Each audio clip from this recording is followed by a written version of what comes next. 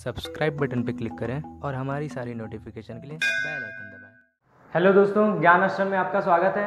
ये कंपनी के लेखे शेयर जो चैप्टर चल रहा है उसका ये नेक्स्ट वीडियो है। इसमें देखिए मैं क्या बताने जा रहा हूँ। पिछले सारे वीडियो में मैं कंपनी से रिलेटेड सारे जो बेसिक थ्योरी थे वो सारा कंप्लीट कर चुका हूँ। अब मैं प्रैक्टिकल क्वेश्चन की तरफ आगे बढ़ रहा हूँ, लेकिन उस प्रैक्टिकल क्वेश्चन को करने से पहले हमें क्या करना है, हमें लेखांकन का तरीका तो सीखना है। हमें जनरल एंट्री पहले याद करना पड़ेगा, पहले वो होता क्या उसको समझना पड़ेगा, किस तरीके से उसको लिखा जाता है समझना पड़ेगा, फिर जाके हम लोग प्रैक्टिकल क्वेश्चन करेंगे। तो आज मैं वो सारा का सारा तरीका बताऊंगा जिसके तरीके से हम लोग जनरल एंट्री करते हैं कंपनी के लेखे में, ठीक है। लेकिन देखिए ये वीडियो थोड़ा लेंदी होगा और इसमें सारा का सारा मेथड एक बार में मैं समझा दूंगा और अगले वीडियो से मैं प्रैक्टिकल क्वेश्चन के साथ चलूंगा, ठीक है। तो ये भी एक तरह से देखा जाए तो ऐसा पॉइंट है जिसमें आपको क्या करना है, जिसमें आपको पूरा का पूरा जनरल एंट्री समझना है, क्यों कैसे किस प्रकार से हो रहा है, ठीक है। उसको अच्छे तरीके से याद करेंगे, प्रैक्टिकल क्वेश्चन बहुत जल्दी आ जाएगा। इसके बाद वाला नेक्स्ट वीडियो बहुत जल्दी आ जाएगा, क्योंकि ये क्यों है, क्योंकि ये जो है केवल और केवल जनरल एंट्री से संबंधित है। तो आपको बहुत अच्छे तरीके से समझना है। सबसे पहले आज समझते हैं हम लोग क्या, सबसे पहले आज हम लोग समझते हैं कि शेयर जो कंपनी इशू करता है वो कितने प्राइस पे करता है, ठीक है। पहले के टाइम पे कंपनी जो शेयर इशू करता था वो 3 प्राइस पे करता था, एट पार और एट प्रीमियम और एट डिस्काउंट, ठीक है। यानी सम मूल्य पर, प्रीमियम पर और कटौती पर। लेकिन अब क्या है, अब कंपनी जो शेयर इशू करता है वो केवल 2 प्राइस पे करता है, ठीक है। किस पे, एट पार पर यानी सम मूल्य पर, एट प्रीमियम पर यानी प्रीमियम पर। अब होता क्या है, ठीक है, होता क्या है इसको समझिए। सम मूल्य का मतलब होता है कि किसी कंपनी के शेयर का दाम 10 रुपये है और उसे 10 रुपये पे ही इशू कर दे, ठीक है। मतलब क्या है, मतलब कि कंपनी का लिस्ट प्राइस जितना है सेम टू सेम उतना ही क्या होगा, उतना ही उसका इशू प्राइस हो जाए। तो वही हमारा क्या होगा, सम मूल्य पर निर्गमन कहलाएगा, ठीक है। क्या होगा, सम मूल्य पर निर्गमन वो निर्गमन है जो कंपनी अपने शेयर के सूची मूल्य पे ही निर्गमित करती है, 1 भी रुपया बढ़ा कर नहीं, सेम टू सेम प्राइस पर। वो क्या होता है, वो सम मूल्य पर निर्गमन है। List price equal to issue price. Premium क्या है, प्रीमियम का मतलब होता है कि कंपनी का मान लेते हैं शेयर 10 रुपए का और कंपनी जो है उसे उससे ज्यादा मूल्य पर यानी 12 पर जब इशू कर देगी, एक अनुमानित है जितना मन उतना वो कर सकती है, कंपनी के बोर्ड ऑफ डायरेक्टर डिसाइड करते हैं कितना रुपए प्रीमियम लगाना है, तो वो जितना भी एक्स्ट्रा मूल्य पे इशू करेगी यानी लिस्ट प्राइस जो होगा वो क्या होगा, वो कम होगा और इशू प्राइस ज्यादा होगा। तो ऐसे कंडीशन में जो डिफरेंस होगा ऐसे कंडीशन में जो डिफरेंस होगा वही क्या कहलाएगा, वही प्रीमियम कहलाएगा, ठीक है। और इस टाइप का इशू क्या कहलाएगा, प्रीमियम पर अंशों का निर्गमन। इस टाइप का इशू क्या कहलाएगा, प्रीमियम पर अंशों का निर्गमन। समझ में आया, जैसे 10 का शेयर है 12 पे इशू हुआ तो डिफरेंस क्या है, डिफरेंस 2 रुपये है ना, तो 2 रुपये ही हमारा प्रीमियम का अमाउंट है और इस प्रकार का 12 रुपये पे जो निर्गमन हुआ है वो क्या, प्रीमियम पर निर्गमन कहलाएगा। बात समझ में आया। अब बात होता है कि जब निर्गमन किया जाता है, अंशों को जब निर्गमित किया जाता है, इशू किया जाता है, उससे क्या एंट्री बनते हैं, उसके जनरल एंट्री कैसे होते हैं। तो कंपनी जो होता है इन चार विधियों से अपना बुक ऑफ एंट्री जो होता है, बुक ऑफ अकाउंटिंग को मेंटेन करता है, ठीक है, 4 विधियों से। अब क्या है, जो जनरल एंट्री करने का पहला विधि है कि जब रोकड़ बही ना बनाया जाए, जब रोकड़ बही ना बनाया जाए, ये याद रखिएगा। अगर कैशबुक नहीं बनेगा और क्या होगा, और आवेदन तथा आवंटन इन दोनों के लिए अलग अलग खाता खोला जाएगा, तब कैसे एंट्री होगा, ठीक है। यही सबसे ज्यादा इंपॉर्टेंट है, ज्यादातर क्वेश्चन इसी तरह के होते हैं, ठीक है। क्या होगा, जब रोकड़ बही ना बनाया जाए, आवेदन तथा आवंटन का अलग अलग खाता खोला जाए। दूसरा क्या है, जब रोकड़ बही बनाया जाए, दूसरा क्या है, जब रोकड़ बही बनाया जाए और आवेदन तथा आवंटन का अलग अलग खाता ही खोला जाए। यानी यहाँ पर रोकड़ बही नहीं बना था, यहाँ पे रोकड़ बही बनेगा, बाकी आवेदन आवंटन का यहाँ दोनों पे ही जगह पे अलग अलग खाता खोला जाएगा। ये दोनों मेथड है। तीसरा मेथड क्या है, जब रोकड़ बही ना बनाया जाए, तीसरा मेथड फिर है जब रोकड़ बही ना बनाया जाए लेकिन आवेदन तथा आवंटन का जो है संयुक्त खाता हो, यानी अब क्या है, रोकड़ बही नहीं बनेगा लेकिन एप्लीकेशन अलॉटमेंट एक साथ जुड़ के एक खाता में नाम होगा, यानी उनको अलग अलग नहीं लिखा जाएगा, अब शेयर एप्लीकेशन एंड अलॉटमेंट नाम से लिखा जाएगा, एक साथ लिखा जाएगा, ठीक है। उसी तरह अगला जो है, इसमें रोकड़ बही बन जाएगा, और आवेदन तथा आवंटन का संयुक्त खाता ही खोला जाएगा, ठीक है। तो ऐसे कंडीशन में क्या विधियां होता है, तो ये चारों विधि की जनरल एंट्री आज हम समझाएंगे आपको, ये चारों विधि का जनरल एंट्री आज हमको समझाएंगे, ठीक है। आप हमारे साथ उसको नोट करते हुए चलिएगा, क्योंकि देखिए बार बार मैं इरेज करते हुए समझाऊंगा, तो आप उसको नोट करते हुए चलिएगा, ठीक है, और समझते रहिए एक एक बात को कैसे होगा। तो चलिए सबसे पहले हम स्टार्ट क्या करते हैं, सबसे पहले ये विधि स्टार्ट करते हैं, जब रोकड़ बही ना बनाया जाए और आवेदन तथा आवंटन के लिए अलग अलग खाता खोला जाए। ठीक है, अब हम लोग एंट्री शुरू करते हैं पहले विधि का। मैं वापस से उतना बड़ा हेडिंग नहीं लिख रहा हूँ, समझ लीजिएगा पहले विधि का। पहले विधि का मतलब क्या है, जब रोकड़ बही ना बनाया जाए और आवेदन तथा आवंटन के लिए अलग अलग, दोनों का अलग अलग खाता जब खोला जाएगा तो क्या एंट्री होगा। ठीक है, तो जो मैं एंट्री लिखवा रहा हूँ इसमें ये ध्यान देने वाली बात है कि अंशों का निर्गमन मैंने बताया 2 मूल्य पे होता है ना, सम मूल्य पर और प्रीमियम पे। तो प्रीमियम का नहीं बता रहा हूँ अभी मैं, सम मूल्य का जो अंशों का निर्गमन होगा उसका स्टेप बाय स्टेप लेकर चलूंगा।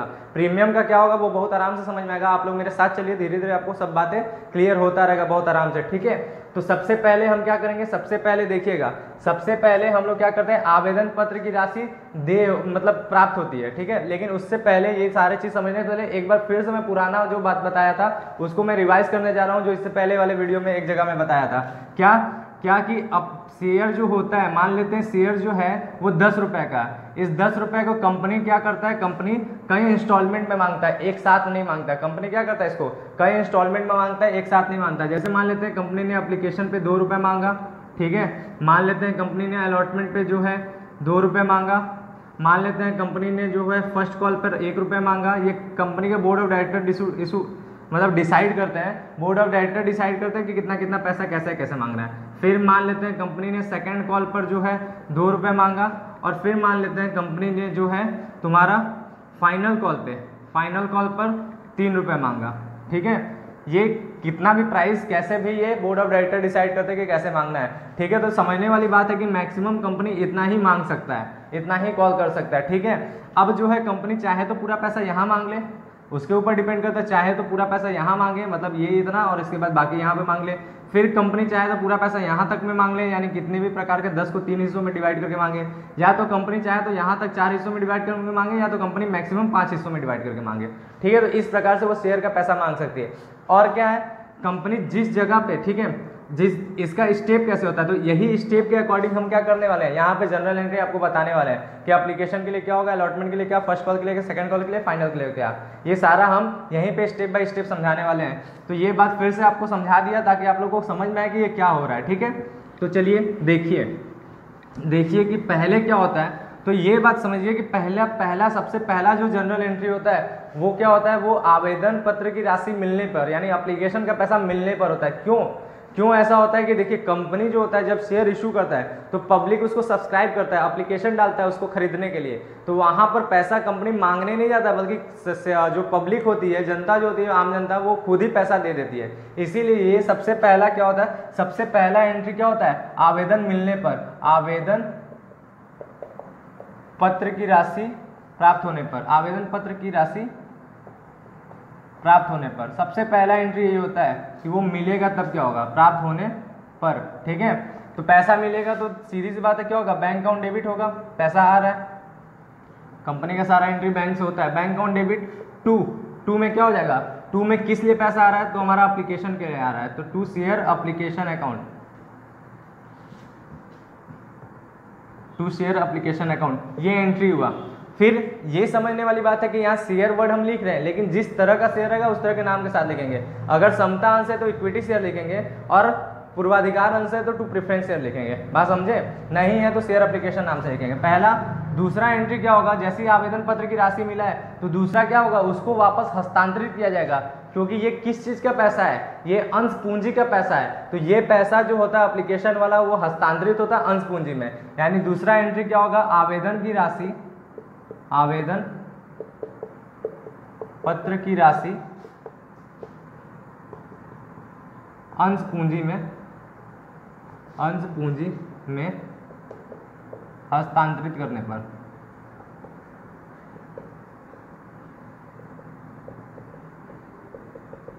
ठीक है, दूसरा ये है आवेदन पत्र की राशि अंश पूंजी में हस्तांतरित करने पर। तो यहाँ पर देखिए, यहाँ पर जब हम इसको हस्तांतरित करेंगे तो होगा क्या, हस्तांतरित करेंगे तो हमारा क्या होगा, शेयर एप्लीकेशन जो यहाँ क्रेडिट हुआ वो हस्तांतरित होने पे खत्म हो जाएगा, राइट ऑफ हो जाएगा, तो जस्ट अपोजिट हो जाएगा। अपोजिट क्या हो जाएगा, मतलब डेबिट हो जाएगा। तो हमारा एंट्री बनेगा share application account debit, share application account debit. ठीक है, और कहाँ चला गया ये हस्तांतरित हो गए, तो कैपिटल में, तो टू शेयर कैपिटल अकाउंट, ये हमारी एंट्री बनेगी। बात समझ में आया। फिर उसके बाद तीसरा, फिर तीसरा क्या होता है आवंटन। आवंटन अब आएगा ना, एप्लीकेशन के बाद क्या आएगा आवंटन आएगा, अलॉटमेंट। अब अलॉटमेंट से कंपनी क्या करता है कॉल करना स्टार्ट करता है, ठीक है। अब अलॉटमेंट पे क्या होता है कंपनी कॉल करना स्टार्ट करता है, तो क्या होगा आवंटन दे होगा। तीसरा में क्या होगा हमारा आवंटन दे होने पर, यानी जब कंपनी पैसा मांगता है तो इसको कहते हैं आवंटन देय होने पर, ठीक है। कंपनी जब पैसा मांगेगा तो क्या एंट्री बनेगा आवंटन दे होगा, तो हमारा एंट्री बनेगा share allotment account debit, share allotment account debit to share capital account, to share capital account, ये हमारा होगा, ठीक है। दे पर ये एंट्री होगा allotment account, share allotment account debit to share capital account, दे होगा। तो अगला हमारा क्या होगा आवंटन रिसीव होगा, ठीक है। तो आवंटन की राशि मिलने पर, आवंटन की राशि प्राप्त होने पर,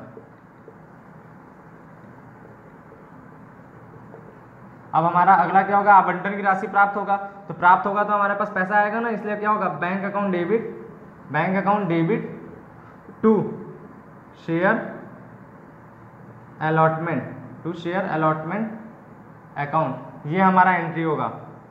बात समझे?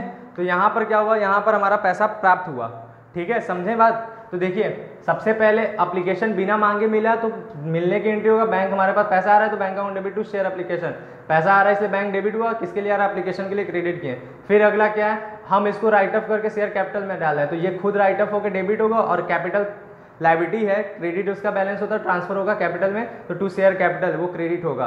फिर इसी तरह जब दे होगा तो हम लोग क्या करेंगे अलॉटमेंट का पैसा दे होगा तो ये एंट्री होगा, शेयर अलॉटमेंट अकाउंट डेबिट हो जाएगा और किस में जाएगा शेयर कैपिटल के रूप में मांगा जा रहा है, ठीक है, तो ये क्रेडिट हो जाएगा। जैसे ही ये दे हुआ और उसके बाद जब जनता क्या करेगा पैसा चुकाएगा, तो पैसा चुकाएगा तो ये एंट्री होगा कि हमारे पास पैसा आया और किसके लिए आया अलॉटमेंट के लिए आया, इस तरह से होगा। इसी तरह आने वाले अगले कॉल्स पे भी इसी तरह एंट्री होगा, ठीक है। तो अगला कॉल का हम एंट्री लिखने जा रहे हैं, साथ साथ आप लोग चलिएगा लिखते हुए रहिएगा और इरेज करते रहेंगे हम, तो आप लोग लगातार नोट्स बनाते रहेंगे तो कोई दिक्कत नहीं होगा, क्योंकि वीडियो लंबा ना हो इसलिए हमें थोड़ा तुरंत काम करना पड़ रहा है। तो देखिए आवंटन हो गया, अब इसके साथ साथ क्या होगा हमारा प्रथम याचना। आवंटन के बाद क्या आता है प्रथम याचना आता है, तो प्रथम याचना दे होने पर, प्रथम याचना दे होने पर, ठीक है। तो प्रथम याचना जब दे होगा तो क्या एंट्री होगा, देखिए दे होगा तो हम लोग शेयर कैपिटल वाली एंट्री करते हैं, जब भी दे होगा तो हम लोग कौन सी एंट्री करते हैं शेयर कैपिटल वाला, लेकिन क्या दे हो रहा है तो फर्स्ट कॉल, तो हम लोग लिखेंगे share first call account debit, share first call account debit to share capital account, share first call account debit to share capital account, ठीक है, समझ में आया।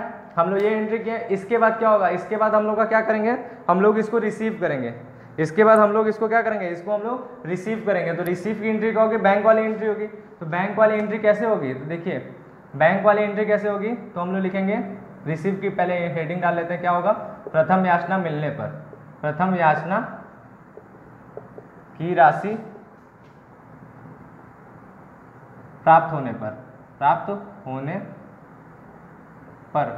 तो प्रथम याचना की राशि जब प्राप्त होगा तो एंट्री क्या होगा, तो देखिए मिलेगा तो हमारा बैंक अकाउंट डेबिट होगा, बैंक अकाउंट डेबिट, और टू में क्या जाएगा, टू में हमारा जाएगा टू शेयर जिस चीज़ का पैसा है, फर्स्ट कॉल का है तो to share first call account. बात समझे? तो देखिए अब समझने वाली बात ये है कि हमने इसके बाद के जितने कॉल बताए थे सबका यही प्रोसीजर है, तो हम उसको पूरा लिखवा नहीं रहे, सबका यही सेम टू सेम काम करना है, तो हम उसको आगे लिखवा नहीं रहे, आप लोग समझिएगा, खुद से चाहिए तो उसको लिख लीजिएगा। देखिए क्या होगा, पहले एप्लीकेशन बिना मांगे मिला तो bank account debit to share application हुआ, फिर उसको ट्रांसफर किए तो share application to share capital उसमें ट्रांसफर हुआ, फिर आवंटन दे हुआ तो share allotment account debit to share capital, फिर आवंटन प्राप्त हुआ तो बैंक वाली entry, bank account debit to share allotment, दे होने पर कैपिटल वाली एंट्री, प्राप्त होने पर बैंक वाली एंट्री, ठीक है। सेम उसी तरह फर्स्ट कॉल जब दे हुआ तो कैपिटल वाली entry, share first call account debit to share capital, प्राप्त हुआ तो बैंक वाली entry, bank account debit to share first call. इसी तरह अगर हमारा क्या होगा द्वितीय याचना होगा तो क्या होगा, share second call account debit to share capital, प्राप्त होगा तो क्या होगा bank account debit to share second call द्वितीय याचना पे। फाइनल कॉल अंतिम याचना पे क्या होगा, जब दे होगा तो share final call account debit to share capital, प्राप्त होगा तो क्या होगा bank account debit to share final call. तो सेम प्रोसीजर है इसलिए उसको लिखवा नहीं रहे, बस यहाँ पर आप लोग लिख लीजिएगा कि आगे की याचना, आगे की याचना, आगे की याचना का लेखा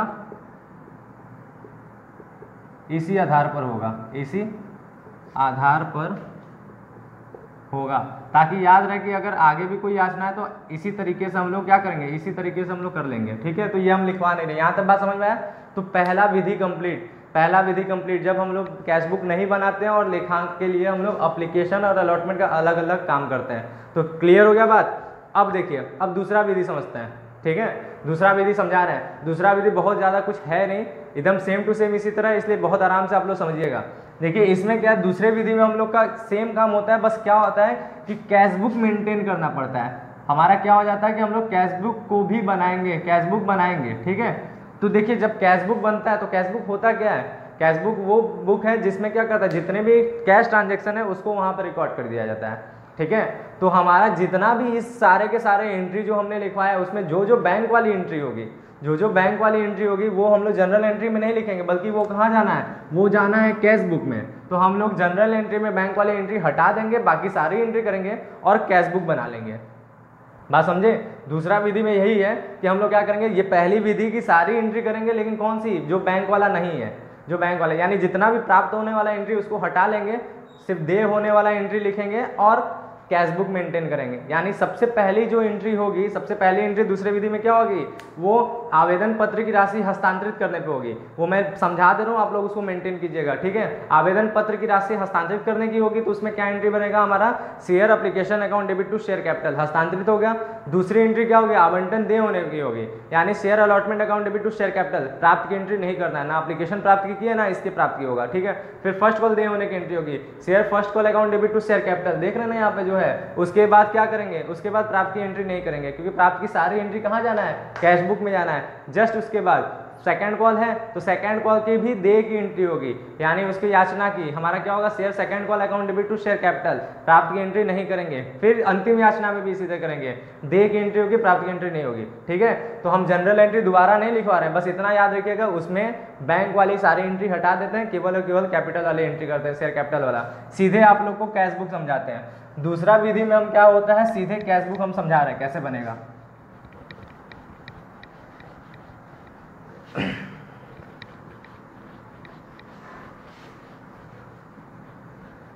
बहुत आराम से अगर आप लोग बुक ओपन करके इसको समझेंगे तो बहुत अच्छे तरीके से समझ में आएगा, कोई हार्ड चीज़ नहीं है। मैं सारा चीज़ एक साथ बता दे रहा हूँ, सारा जो चारों मेथड एक साथ बता दे रहा हूँ। कुछ लोग क्या करते हैं, धीरे धीरे करके बताते हैं। मैं चारों एक साथ बता दूंगा, फिर एग्जांपल लेके चलूँगा तो आप लोग को अच्छे तरीके से समझ में आएगा। ठीक है, तो दूसरे विधि में हम जनरल एंट्री ना लिखवा कर केवल और केवल आपको क्या बनाना सिखा रहे हैं, कैश बुक। क्योंकि जनरल एंट्री में बैंक वाला एंट्री छोड़ के बाकी सारा का सारा एंट्री करेंगे पहले विधि की तरह। ठीक है, तो हमारा कैश बुक जो बनेगा उसको इस तरह बनेगा, लिखेंगे कैश बुक, ब्रैकेट में लिखेंगे बैंक कॉलम, क्योंकि ये बैंक कॉलम वाली सारी एंट्री हो रही है तो इसलिए बैंक कॉलम का कैश बुक बनेगा। कैश बुक ब्रैकेट में बैंक कॉलम, फॉर्मेट खींचेंगे। जब फॉर्मेट खींचेंगे तो हमारा फॉर्मेट देखिए कैसे होगा, बहुत नॉर्मल फॉर्मेट बनाना है, या तो आप क्लास 11th में जो सीखे उस तरह का भी फॉर्मेट बना सकते हैं, क्योंकि इसमें ये 3 कॉलम मेन है तो हम 3 कॉलम को ही ड्रॉ करके बना रहे हैं। लेकिन आप लोग क्लास 11th वाला बनाएंगे तो बहुत अच्छी बात है, सही रहेगा।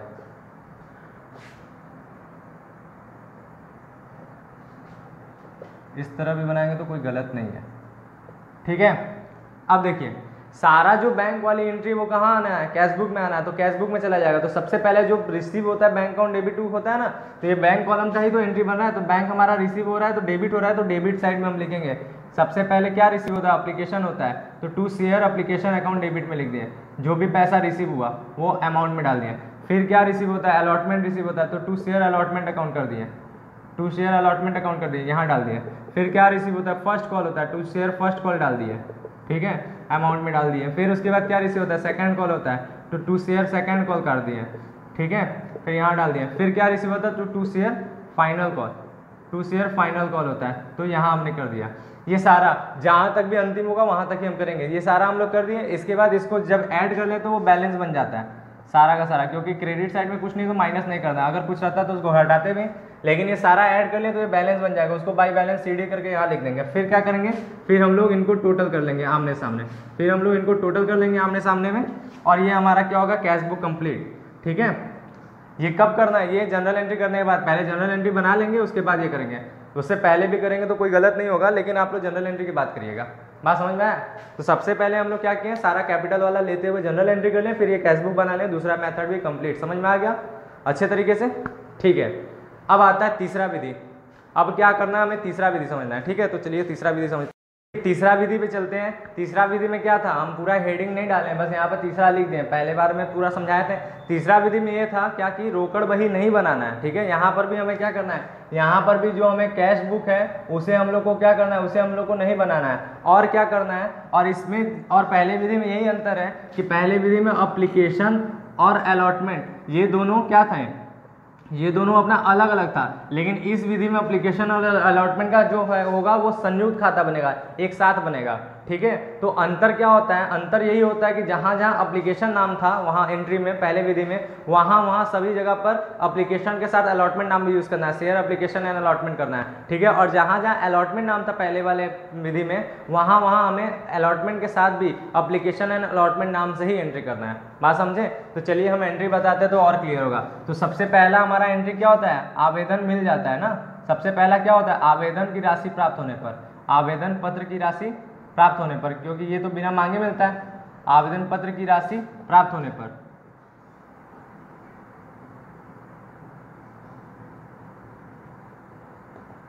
ठीक है, आवेदन पत्र की राशि प्राप्त होने पर, तो इसमें हमारा क्या होगा, पहला एंट्री क्या होगा, बैंक अकाउंट डेबिट होता है, पैसा मिलता है, बैंक अकाउंट डेबिट। ठीक है, और क्रेडिट में क्या जाएगा, क्रेडिट में वहां पर केवल शेयर एप्लीकेशन जाता था, यहाँ पर हम लोग को क्या करना है, यहाँ पर शेयर एप्लीकेशन एंड अलॉटमेंट नाम से जाएगा, share application and allotment account नाम से जाएगा। ठीक है, शेयर एप्लीकेशन एंड अलॉटमेंट, बस यही अंतर है।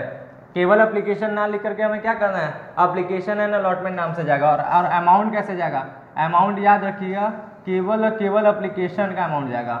ठीक है, ये नहीं कि इसमें अलॉटमेंट भी नाम है तो अलॉटमेंट भी जोड़ के लिख देंगे केवल और केवल इसमें क्या जाएगा, एप्लीकेशन का जाएगा। फिर सेकंड में क्या होता है हमारा, आवेदन पत्र क्या होता है, उसकी राशि हस्तांतरित होगी किसमें, अंश पूंजी में। अब यही वाला विधि, यही वाला एंट्री थोड़ा अच्छे तरीके से समझना है। आवेदन पत्र की राशि अंश पूंजी में हस्तांतरित होना, तथा इसी एंट्री में देखिए आवंटन भी दिया जाता है, तथा आवंटन, एक ही एंट्री में हमारा ये दोनों काम होता है, आवंटन दे होने पर। ऐसा क्यों होता है, हम एंट्री लिखने के बाद अभी आप लोग को एकदम अच्छे तरीके से समझाएंगे, होने पर। ठीक है, देखिए हम लोग को यही ट्रांसफर भी करना है। ठीक है, और उसी एंट्री में हमारा आवंटन भी दे होता है। तो वो पहले एंट्री समझ लीजिए क्या होता है, एंट्री बनेगा हमारा share application and allotment, shortcut में लिख रहे हैं समझिएगा, share application and allotment account debit to, आप लोग को पूरा लिखना है, to share capital account, to share capital account, ये हमारा एंट्री बनेगा। ठीक है, और अमाउंट देखिएगा, अमाउंट जैसे वहाँ पे केवल एप्लीकेशन का था ना, लेकिन यहाँ पर क्या होगा, यहाँ पर एप्लीकेशन प्लस अलॉटमेंट दोनों का अमाउंट जोड़ के जाएगा। ठीक है, यहाँ पर एप्लीकेशन और अलॉटमेंट दोनों जोड़ के जाएगा, वहाँ केवल एप्लीकेशन जा रहा था, यहाँ पर दोनों जोड़ के जाएगा। अब ये एंट्री को समझते हैं, ऐसा क्यों, आखिर में ऐसा क्यों होता है कि दोनों जोड़ के जाता है, ये एक साथ दोनों क्यों हो जाता है। तो इसका रीज़न ये है, कि देखिए अगर केवल हम लोग एप्लीकेशन ट्रांसफर करते तो एंट्री क्या बनता था, share application account debit to share capital होता था, टू शेयर कैपिटल। ठीक है, पहले वाले विधि के हिसाब से बता रहे हैं। ठीक है, और दूसरा में हम लोग जब आवंटन जब दे करते थे तो उसकी एंट्री क्या बनता था, share allotment account debit to share capital होता था, ये एंट्री होता था ना, ये होता था। लेकिन हमने क्या बताया कि ये विधि में एप्लीकेशन अलॉटमेंट क्या कंबाइंड है, दोनों को एक साथ एक नाम के साथ यूज करना है, उनको अलग अलग नहीं कर सकते हैं। इसीलिए तो क्योंकि जब हम ट्रांसफर करेंगे तो एप्लीकेशन की जगह हम क्या कहेंगे, एप्लीकेशन एंड अलॉटमेंट कहेंगे ना, एप्लीकेशन एंड अलॉटमेंट कहेंगे। और अलॉटमेंट को भी हम लोग क्या कहेंगे, हम लोग अलॉटमेंट को भी एप्लीकेशन एंड अलॉटमेंट कहेंगे। तो देखिए दोनों एंट्री सेम टू सेम लग रहा है कि नहीं, सेम एंट्री है। तो इन दोनों सेम एंट्री को दो बार ना करके हम एक ही बार करते हैं, अमाउंट दोनों को ऐड करके करते हैं। इसीलिए क्या होता है, ये हमारा एक साथ होता है। समझे, यही बात हमें अच्छे तरीके से समझना है कि हम लोग सेम टू सेम एंट्री है, इसलिए एक ही बार में दोनों एक साथ काम हो जाता है और अमाउंट जोड़ के हम लोग कर देते हैं। ठीक है, बात करते हैं, ये हो गया। अब क्योंकि यहाँ पर आवंटन हमारा दे हो चुका है, अब क्योंकि हमारा यहाँ पर आवंटन दे हो चुका है, आवंटन हमारा दे हो चुका है, तो अब क्या करेंगे, अब हम उसको रिसीव करेंगे। तो हमारा क्या होगा, आवंटन प्राप्त होने पर, आवंटन की राशि प्राप्त होने पर, आवंटन की राशि जब प्राप्त होगा तो हमारा क्या होगा, बैंक वाली एंट्री होगी। तो हम लिखेंगे bank account debit, bank account debit आवंटन को, केवल आवंटन तो कहेंगे नहीं, क्या नाम से कहेंगे, एप्लीकेशन एंड अलॉटमेंट, तो to share application and allotment account. ठीक है, तो देखिए आवंटन जब प्राप्त होगा तो bank account debit to share application and allotment account होगा, लेकिन अमाउंट यहाँ पर केवल और केवल अलॉटमेंट का जाएगा, ये क्योंकि हम लोग एप्लीकेशन पहले ही प्राप्त कर चुके हैं, एप्लीकेशन प्राप्त कर चुके हैं, उसको हस्तांतरित किए थे और इसी में अलॉटमेंट ड्यू हुआ था, तो उसी का पैसा हम प्राप्त किए हैं। केवल अलॉटमेंट डाल लेंगे, ये नहीं कि हम उसको भी डाल देंगे एप्लीकेशन, क्योंकि पहले ही मिल चुका है, उसको दोबारा नहीं डालना है। ठीक है, बस यही समझना है। इसके बाद फर्स्ट कॉल का same to same entry, changes नहीं है। फर्स्ट कॉल का सेम टू सेम एंट्री होगा, यानी वो ड्यू होगा तो क्या एंट्री होगा, दे होने पर share first call account debit to share capital, दे होने पर प्राप्त होगा तो bank account debit to share first call. ठीक है, समझे। और उसी तरह क्या होगा, जब आपका सेकंड कॉल होगा तो उसमें भी वो पहले दे होगा, share second call account debit to share capital, और फिर क्या होगा, प्राप्त होगा तो bank account debit to share second call, final call पे सेम टू सेम। तो वो आगे की बात हम लिखवा नहीं रहे, समझा दिए, आप लोग अच्छे तरीके से समझिएगा। चेंजेस क्या है, पहले और तीसरे मेथड में यही चेंजेस है, आपको यही अच्छे तरीके से समझना है। ठीक है, पहले और तीसरे मेथड में यही आपका चेंजेस है, यही अच्छे तरीके से आपको समझना है। ठीक है, बात समझ में आया। अब देखिए चौथे विधि में भी कुछ समझाने वाली बात नहीं है, कोई दम नहीं है चौथे विधि में। चौथे विधि में क्या है, केवल और केवल कैशबुक यहाँ पे नहीं बनाना, वहाँ पर कैशबुक क्या होगा, बनाना होगा। जब कैशबुक बनाना होगा और एप्लीकेशन और आवंटन, यानी तुम्हारा एप्लीकेशन और अलॉटमेंट, ये दोनों क्या होगा, इन दोनों को अगर सेपरेट नहीं कर, मतलब सेपरेट ना करके एक साथ कंबाइन करके करना है, तो हमारा यही होगा कि कैशबुक भी बनाना है, तो यही चीज़ हो जाएगा कि बैंक वाली एंट्री नहीं होगी, और बाकी सारा एंट्री करेंगे। यानी इस विधि में, चौथे विधि में पहला एंट्री ये होगा, अमाउंट दोनों जोड़ के, फिर उसके बाद फर्स्ट कॉल दे होने का होगा, फिर उसके बाद सेकंड कॉल दे का होगा, फिर उसके बाद फाइनल कॉल दे का होगा। ठीक है, और जितना भी बैंक वाला एंट्री है वो आपका किस में चला जाएगा, कैशबुक में चला जाएगा। और ये ध्यान देने वाली बात है कि कैशबुक में 2 बार ये नाम से एंट्री होगा, एप्लीकेशन मिलेगा तब भी इस नाम से एप्लीकेशन के अमाउंट से करेंगे, और अलॉटमेंट मिलेगा तब भी इसी नाम से अलॉटमेंट के अमाउंट से करेंगे, 2 बार करेंगे। ठीक है, ये नहीं कि वहाँ पर एक ही बार करेंगे, क्योंकि दोनों अलग अलग टाइम पे मिलता है, इसलिए वहाँ पे 2 बार करना है। बात समझे। और ये दोनों सेम टाइम पे होता है, इसीलिए इसको कंबाइन कर सकते हैं, इसलिए इसको यहाँ पे कंबाइन करते हैं। बात समझ में आया ना। ठीक है, तो क्लियर हो गया। तो हम चौथा विधि भी यहाँ पर आपको समझा दिए, बाकी आप लोग इसको अच्छे तरीके से नोट करिए, अच्छे तरीके से और समझिए। डाउट्स होता है तो हमसे वापस आप लोग व्हाट्सएप पे कांटेक्ट करके पूछ सकते हैं। ठीक है, और इसका जो प्रैक्टिकल क्वेश्चन है, प्रैक्टिकल एक एग्जाम्पल लेके मैं पूरा इस विधि को समझाऊंगा। ठीक है, किस विधि को, जैसा आपका एग्जाम्पल जैसा चलता जाएगा उसी तरह समझाऊंगा। तो बहुत ज़्यादा इसमें डिटेल में नहीं जाना, चारों विधि इसलिए समझा दूंगा कि आपको लाइफ में कभी भी कोई दिक्कत ना हो। अगर क्वेश्चन जिस तरह का आएगा उस तरह से आपको हम समझाएंगे, तो आपको पता रहना चाहिए कि हाँ ये 4 विधियाँ हैं। ठीक है, तो बस अभी इतना ही करते हैं। अगली वीडियो में मैं इसका एग्जाम्पल लेके चलूँगा, प्रैक्टिकल बताऊँगा और अच्छे तरीके से आपको समझाऊँगा। ठीक है, तो आज के लिए इतना ही। आप लोग को क्या करना है, आप लोग को पता है कि वीडियो को जब भी देख रहे हैं तो जो भी नए लोग जुड़ रहे हैं हमारे साथ, वो ज़रूर से ज़रूर सब्सक्राइब कर दें, और अच्छा लग रहा है तो अपने दोस्तों तक इसको शेयर करिए और भी लोगों को बताइए। ठीक है, धन्यवाद।